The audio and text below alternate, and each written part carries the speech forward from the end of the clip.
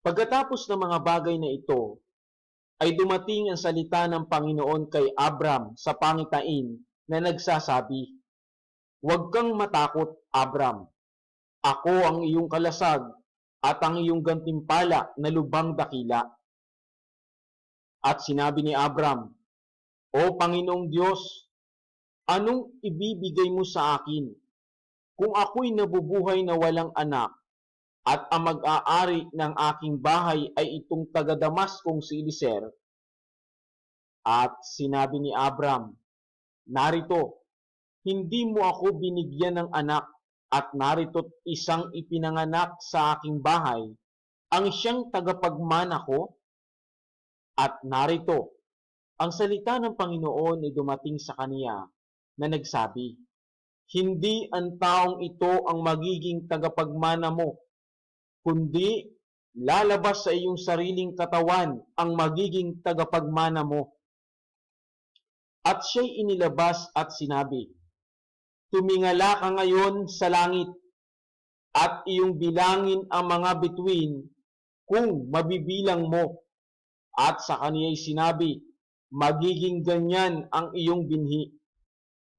At sumampalataya siya sa Panginoon at ito'y ibinilang na katwiran sa kanya. At sinabi sa kaniya, "Ako ang Panginoon na nagpaalis sa iyo sa Ur ng mga Kaldeo upang ibigay sa iyo ang lupaing ito na manahin mo." At sinabi niya, "O Panginoong Diyos, paanong pagkakilala ko na aking mamanahin?" At sinabi sa kaniya, "Magdala ka rito sa akin ng isang dumalagang bakang 3 taon ang gulang at ng isang babaeng kambing na 3 taon ang gulang at ng isang lalaking tupang 3 taon ang gulang at ng isang inakay na bato-bato at ng isang inakay na kalapati." At dinala niya ang lahat ng ito sa kaniya at pinaghati niya sa gitna at kaniyang pinapagtapat-tapat ang kalakalahati, tatapwat hindi hinati ang mga ibon. At binaba ng mga ibong mandadagit ang mga bangkay at binubugaw ni Abram. At nang lulubog na ang araw, ay nakatulog si Abram ng mahimbing. At narito, ang isang kasindak-sindak na malaking kadiliman ay sumakaniya. At sinabi ng Diyos kay Abram, "Tunay na pakatalastasin mo na ang iyong binhi ay magiging taga-ibang bayan sa lupaing hindi kanila at maglilingkod sa mga yaon at pahihirapang 400 taon. At yaon namang bansang kanilang paglilingkuran ay aking hahatulan at pagkatapos ay aalis silang may malaking pag-aari. Datapwat ikaw ay payapang pasa sa iyong mga magulang at ikaw ay malilibing sa mabuting katandaan. At sa ika-4 na sali ng iyong binhi ay magsisipagbalik rito sapagkat hindi pa nalulubos ang katampalasanan ng mga Amoreo." At nangyari na paglubog ng araw at pagdilim na narito ang isang hurnong umuusok at ang isang tanglaw na nagmimingas na dumaan sa gitna ng mga hinating hayop. Nang araw na yaon, ang Panginoon ay nakipagtipan kay Abram na nagsabi, "Sa iyong binhi ibinigay ko ang lupaing ito mula sa ilog ng Ehipto hanggang sa malaking ilog na ilog Euphrates.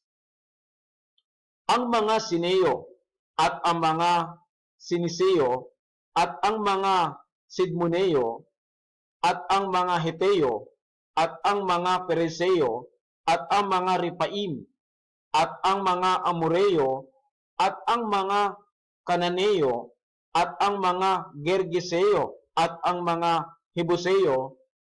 Si Sarai nga na asawa ni Abram ay hindi nagkaanak sa kaniya At siya'y may isang alilang babae na taga-Ehipto na nagngangalang Agar.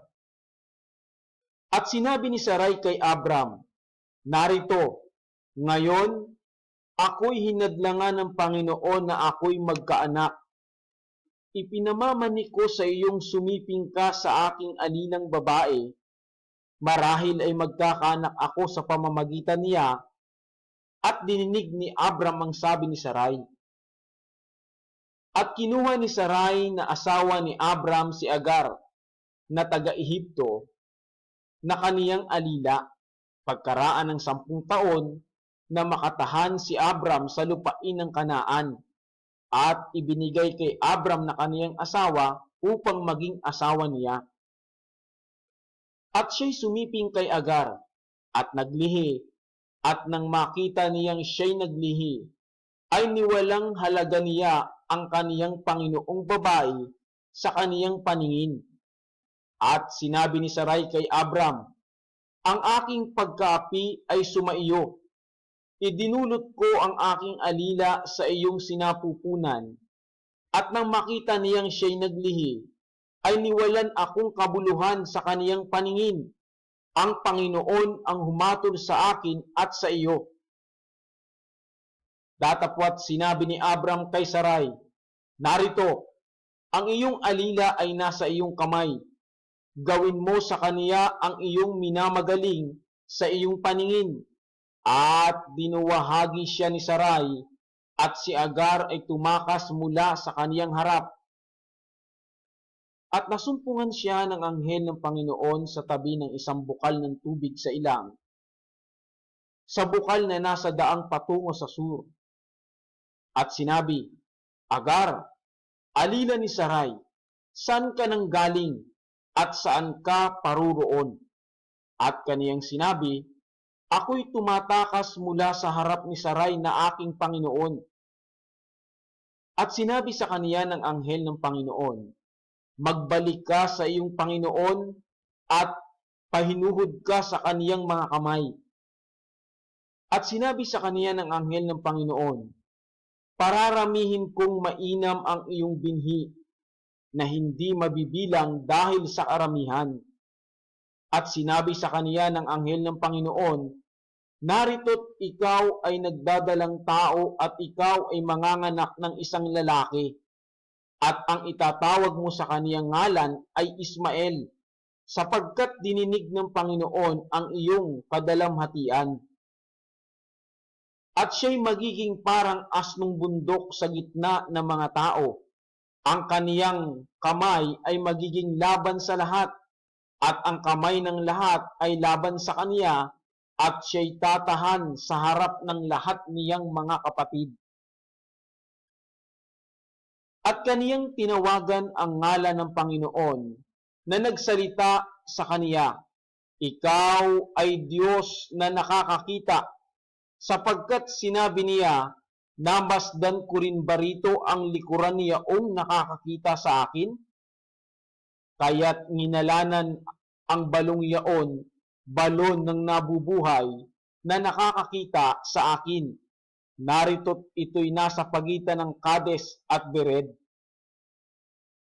At nanganak si Agar ng isang lalaki kay Abram, at ang itinawag ni Abram na pangalan sa kaniyang anak na ipinanganak ni Agar ay Ismael. At si Abram ay may 86 na taon nang ipanganak si Ismael ni Agar kay Abram.